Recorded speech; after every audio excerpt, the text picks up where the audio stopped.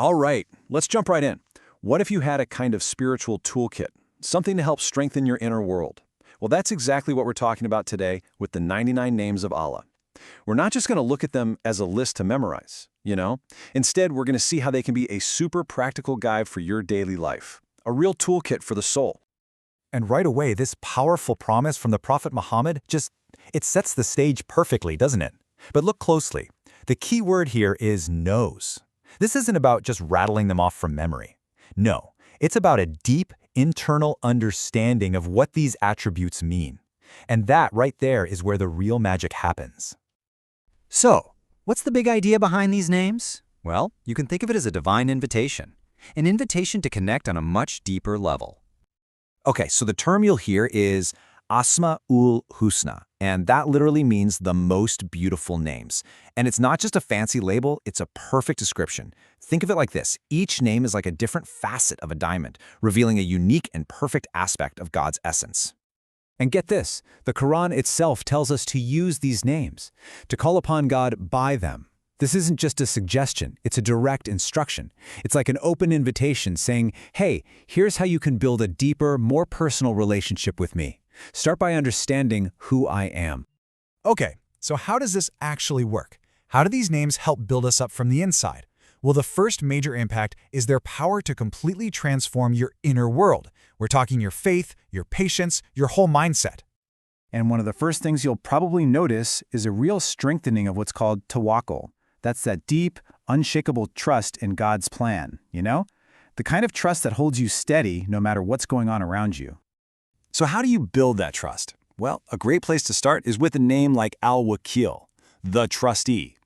This name is such a powerful reminder of who is really in control of everything.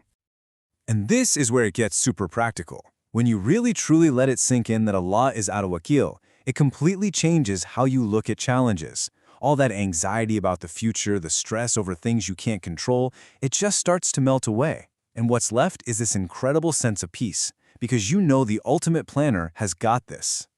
Next up, this practice helps build another really crucial inner muscle, patience. And I don't just mean, gritting your teeth and getting through something. I'm talking about a calm, steady patience that comes from a place of real, deep understanding. And to help develop that, we can turn to the name As-Sabur, the most patient. Now, this isn't just about God being patient with us. It's also a model, a blueprint for how we can be patient with life. See, when you reflect on As-Sabur, you start to trust the timing of things. You begin to internalize that, hey, these trials are temporary, and there's a wisdom behind every single delay. And that understanding is what helps you stay calm and centered even when things just are not going your way. You know, these names also open up a door to something else, honest self-reflection, and the beautiful process of repentance. They really encourage us to look inward, to take stock, and to seek forgiveness, all while knowing that that door is always open. And this is just perfectly embodied in the name At-Tawwab, the acceptor of repentance. I love this one because it shows that God's acceptance isn't just passive, it's active. He is constantly turning towards those who turn back to Him. This just creates such a hopeful way to look at self-improvement, right? It's not about being afraid of messing up. It's about hope. Knowing Allah is At-Tawwab gives you the confidence to say, okay, I made a mistake, and then to get back up and try again, because His forgiveness is always there for you if you just sincerely ask for it. All right, so we've seen the huge impact this can have on our inner world. Now let's shift gears and look at how this knowledge actually translates into our actions, how it guides what we do and how we interact with everyone around us. You can think of the names of Allah as a kind of moral compass. They give you a really clear framework for making choices that aren't just good for you, but are also fair and compassionate towards other people. Let's look at two names to see what I mean. Ar-Rahman, the most merciful, and Al-Adil, the just. When you put them together, they represent this perfect balance of compassion and fairness that we should all be aiming for in our lives. So, imagine you're about to make a decision. Remembering Ar-Rahman can nudge you towards the more compassionate choice.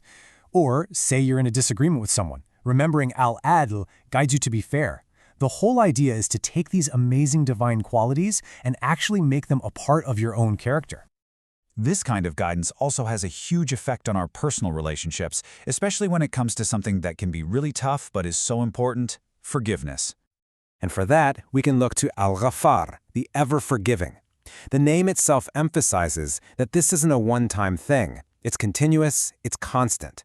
God doesn't just forgive once, He is the one who forgives again and again and again. Man, this is such a powerful tool for healing broken relationships. When you really think about Al-Ghaffar, it can help you break out of that cycle of resentment. It makes you ask yourself, wait a minute, if God, who is perfect, can forgive all of my mistakes, then who am I to hold a grudge against someone else? That one shift in mindset can build bridges and create real, genuine connections. Okay, so we've talked a lot about the why, all the incredible benefits for both our inner and outer lives. So now, let's get down to brass tacks. How do we actually take all this knowledge and turn it into something we do consistently? It's actually pretty straightforward. You can break it down into 3 simple steps. First is just recitation. Start making the names a part of your daily remembrance, your dhikr. The second step is reflection. Don't just say them. Pause and really think about what each name means. And finally, the third step is supplication. When you pray, call upon Allah using the specific name that fits what you need at that moment, whether it's help with patience, or forgiveness, or just some guidance.